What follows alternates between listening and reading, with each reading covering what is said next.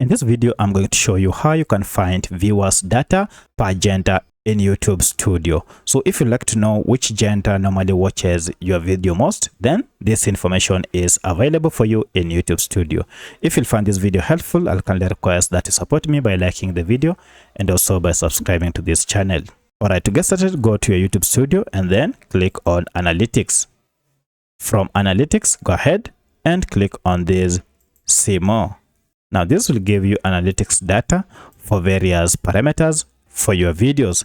Go ahead and under breakdown, change this from content and scroll down until you see viewer gender. So if you click on viewer gender, now you'll get a breakdown of your gender. As you can see, my content is much appealing to male than female. So I can go ahead and also change the length of period. So I can change from 28 days to last 365 days or lifetime, and you can see still male are dominant and they are up to 60% of my viewers, while ladies or women are 39.6.